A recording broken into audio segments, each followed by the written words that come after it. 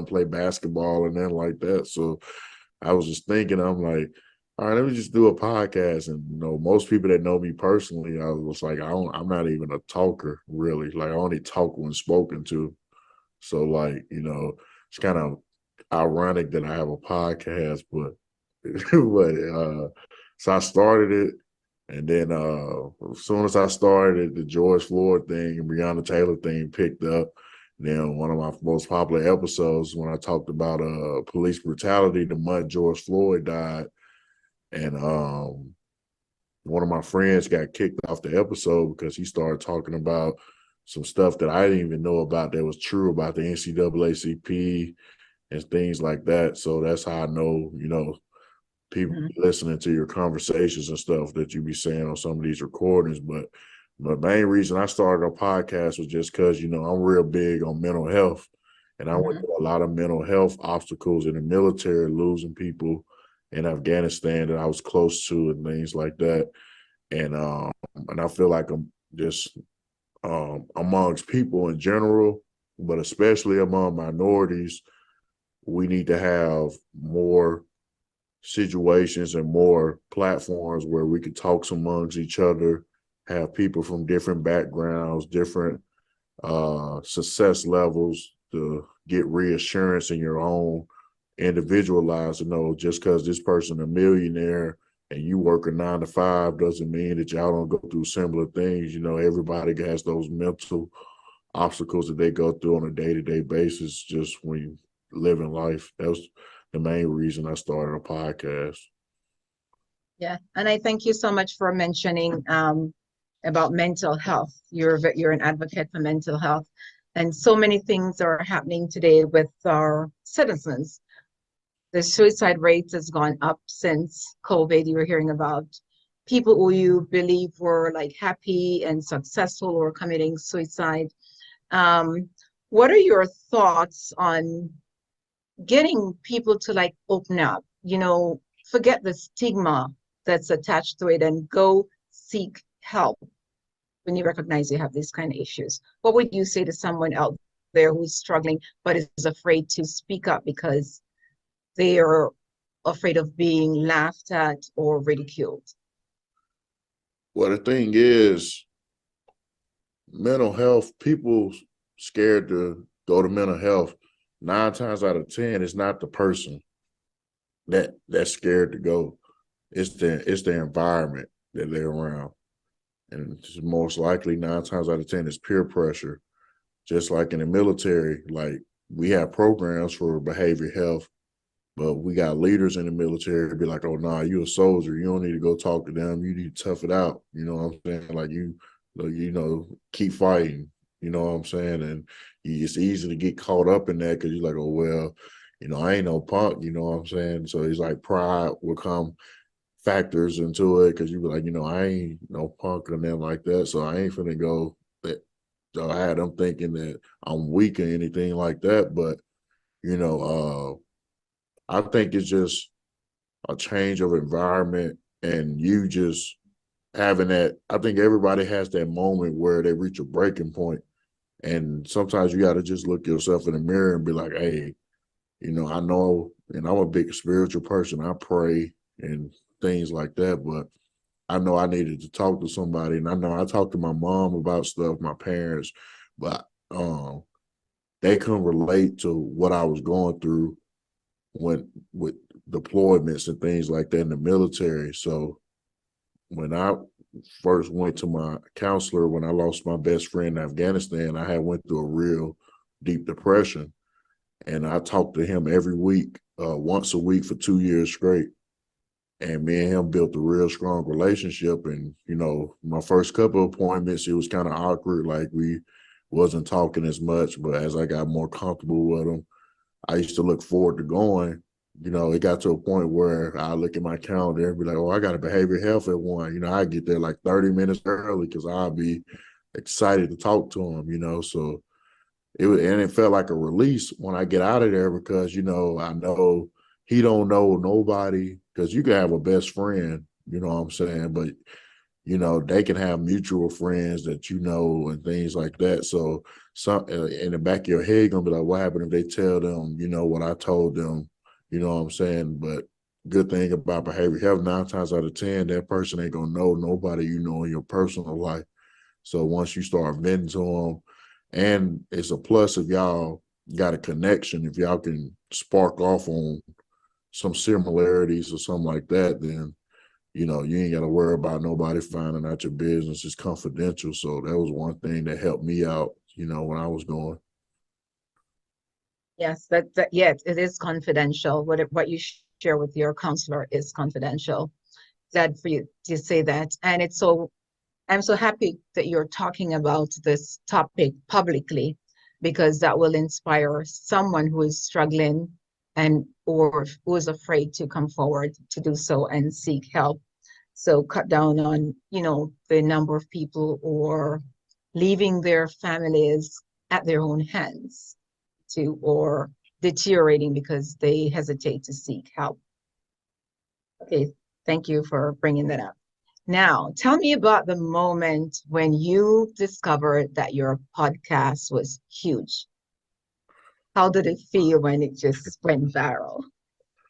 Uh, I still struggle with that to this day because uh, I don't be thinking my podcast is as big as it is until like certain things happen. But uh, it was I started doing visuals in March of 2022. So that's when I started working on my YouTube channel and started back uploading all the video podcast episodes that I did from 2020 and 2021. Then once I got caught up on the YouTube videos and I started releasing every week, every Monday, and then I started being heavy on Instagram, reaching out to people, things like that.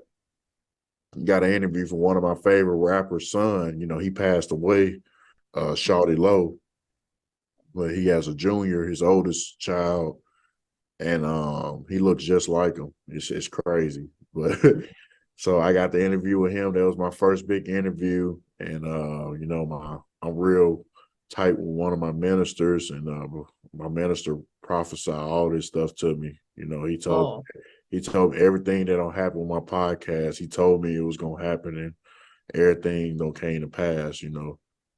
And I got my first big interview with Shawty Lowe Jr. and Derez Deshawn, which is a platinum selling artist. And then once those two happen, then I got a couple more big names after that. And then the Lil Flip interview happened at the end of last year. And when I first got that big interview, and when I got those couple other big interviews, Spotify had sent me a rap. And before that moment, I interviewed a guy named Dr. Credit. And this how I knew my podcast was big, because this guy turned out to be a scam artist. So when I uploaded the video, he was portraying to be like a mentor, like helping people with things like that. So I only had the video up for probably like 16 hours. I get a call out of nowhere. I still don't know who it was to this day. I'm thinking it's the feds, but they said it was like a real important person in the music industry or something. And she said she was dating a real popular music producer, but she told me to take this episode down because we've been looking for this dude, and we got this case at the DA, and she showed me Google results of he's banned from doing business in California and Vegas for scamming people for real estates and things like that.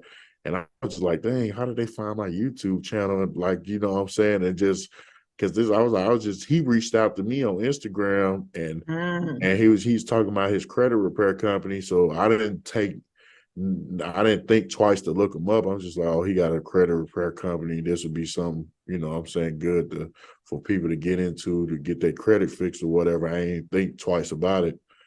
But, that's why I had to start researching people. That was the moment I had to start researching people after that happened. But then when Spotify sent me the rap this year and told me that I was in the top 30% most followed podcasts on Spotify, and I'm in the top 5% most shared podcasts globally because I'm in 6 different countries. That's when I really knew, when they showed me the numbers, because even though I knew I was getting these big guests, you know, it until people tell you something or you get certain emails and things like that, it's kind of hard for you to like put 2 and 2 together, you know. That's awesome. Congratulations. So now you vet your guests because what you put out is a reflection of you, right? Right. Yes. Yeah. So we have to be careful being in the public eye and what we share on and social media and other platforms. Now,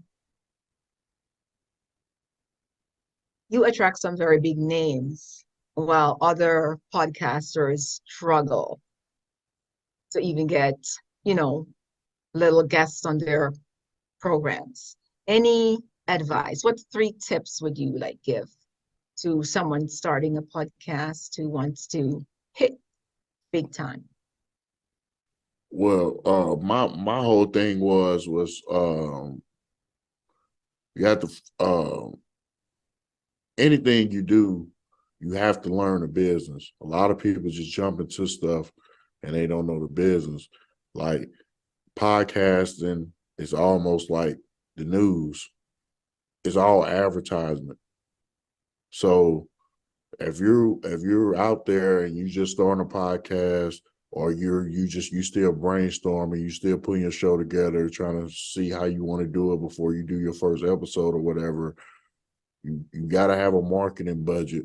With a marketing budget, I mean, uh, Facebook and Instagram has these things called boosts, but it's really ads where you can post your podcast logo. What I do, I post my podcast logo, and I wrote down all 50 states, even though I know all 50 states, but I had to write it down because I couldn't know them by heart when I was putting in the states on the thing. But uh put down all 50 states that I want this ad to target to. Then I had put down a couple major cities, a couple other countries that I've been to, and then I put a budget that I was comfortable with of spending daily.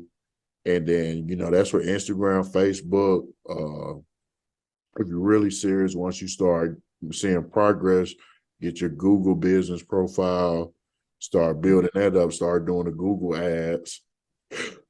And that plays Google ads, plays a part with YouTube because they like hand in hand together. Right. Because once you get monetized on YouTube, you got this thing called AdVerse, and that's strictly Google, where you have to reach a certain payment threshold before you start receiving money for YouTube, and then you just have to focus on that. And my whole thing was I was focused on building my platform up because I know I had good content. So I was like, once I get my subscriber count and my analytics to a certain point, once I start reaching out to people, they will see what I got going on, and they will be more open to do it versus, me just having like 2 videos and 4 subscribers, and then me just trying to get somebody on it. Because a lot of stuff come about timing and positioning yourself. Because, I can give somebody the contact to the Rez Deshawn right now, the platinum selling artist, but if you only got 1 video and 3 subscribers on your YouTube, you're not ready for it. So there's no purpose of me giving it to you. You know what I'm saying? Because you ain't put certain milestones in place for you to be ready for an interview like that. So everything is a process. It's just like anything else in life. If you're an NBA player, you get drafted as a rookie, you went from being the best college player to now you one of the worst players professionally, because these dudes been playing professionally for 15, 16 years. Mm-hmm. You got to start back all over and start and get up to the point where they at. So it's just that's one thing. And I look at a lot of other podcasts too. That's all I do all day. Like I look at Breakfast Club, $1 Million Worth of Game, all these big podcasts out here. I'm Athlete, and I look at stuff that they do, and that's one thing that they harp on is marketing. You have to have a marketing budget if you're gonna take a podcast thing serious. And then once I started seeing progress, then that's when I had got my LLC, uh, my EIN number, business checking account. Then I'm in the process of getting my name trademark right now. And then after that, you can do things like that. But the ads really help with you growing your subscriber count and knowing the algorithms of social medias too, knowing posting at certain times and things like that. I always try to post in the middle of the day or right when people get off work.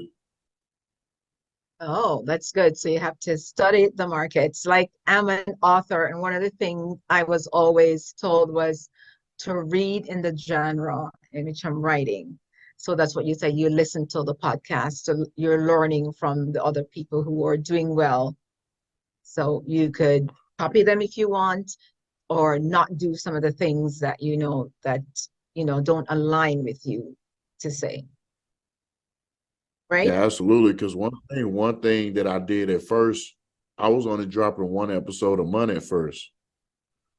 I didn't start dropping every week until the end of 2021.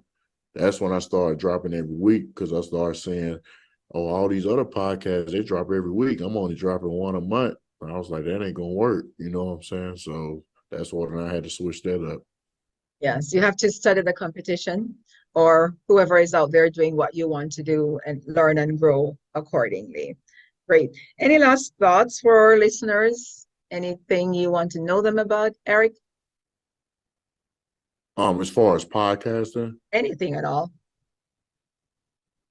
well, I think what for anybody that wants to start a podcast, or anything you want to do, it don't have to be a podcast or anything you want to do, it's always good to write stuff down. I was talking about this like 2 days ago. I was like, it's crazy, like all the success I got off my podcast, and I wrote this down on a piece of paper almost 3 years ago. You know what I'm saying? Oh, Like everything that I wanted to do, like just little goals that I wanted to accomplish and things like that. And it's cool not to know everything. Like I know, I'm a smart person, but I'm not too smart to not take information from other people, especially if they've been doing it longer than me or they know some people that's and doing something that I'm doing. So I always is an open sponge to people that has good information that reaches out to me and try to give me advice and things like that. And anything you do, like as long as you're consistent, like you're gonna get over a lot of hurdles, just like I tell a lot of people, live podcast is good, but me personally, I stopped doing it because I think it's too much pressure. Now, it might not be too much pressure for other people because, I have other stuff going on.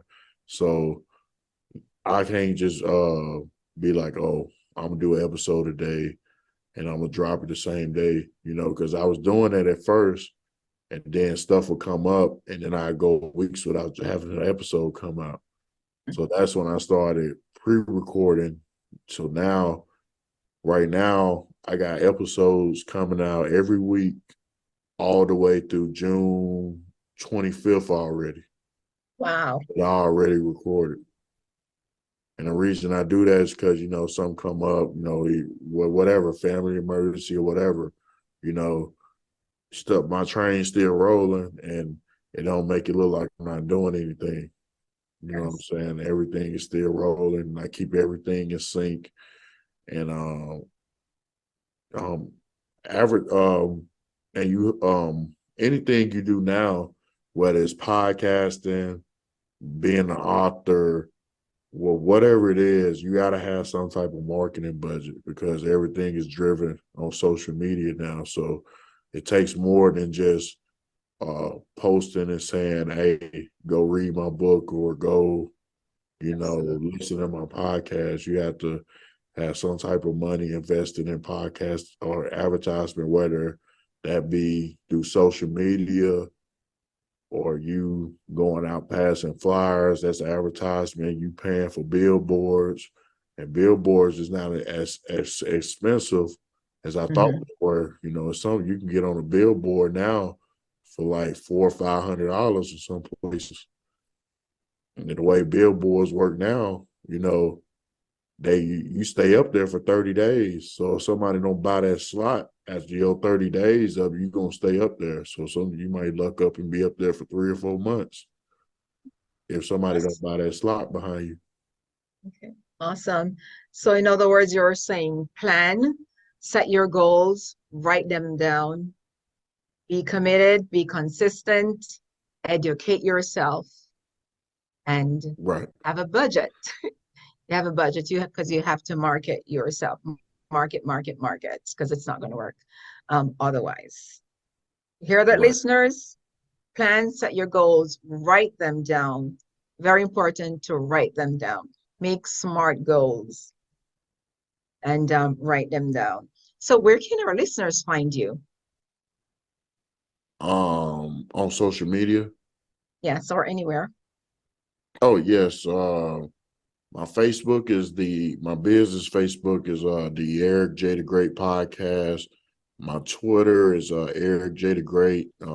It's ERICJTHE Great. And that's the same thing for my Instagram, Eric J the Great. Also in all my social medias, I have a link tree.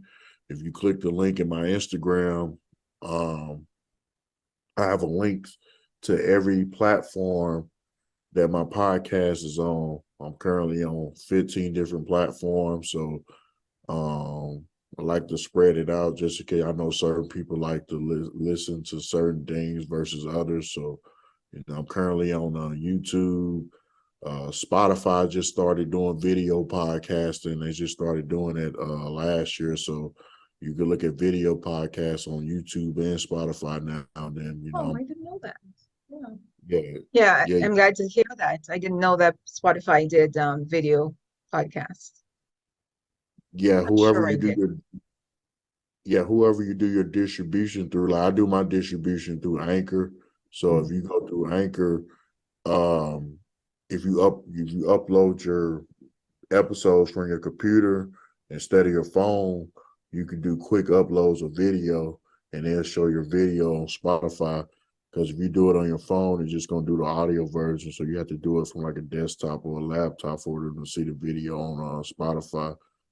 But I'm on Amazon Music, Google, Apple, you know, any possible podcast platform out there, Stitcher, Pocket Cast, Radio Public.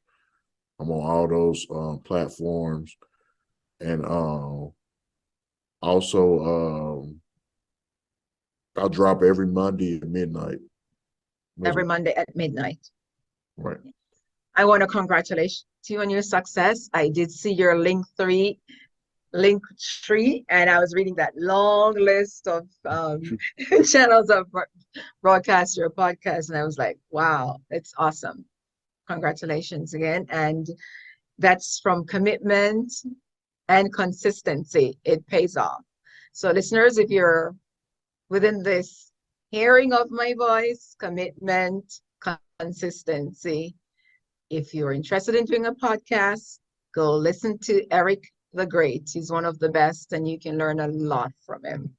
Thank you so much, Eric, for being here, and congratulations again. And you have a great evening. Thank you.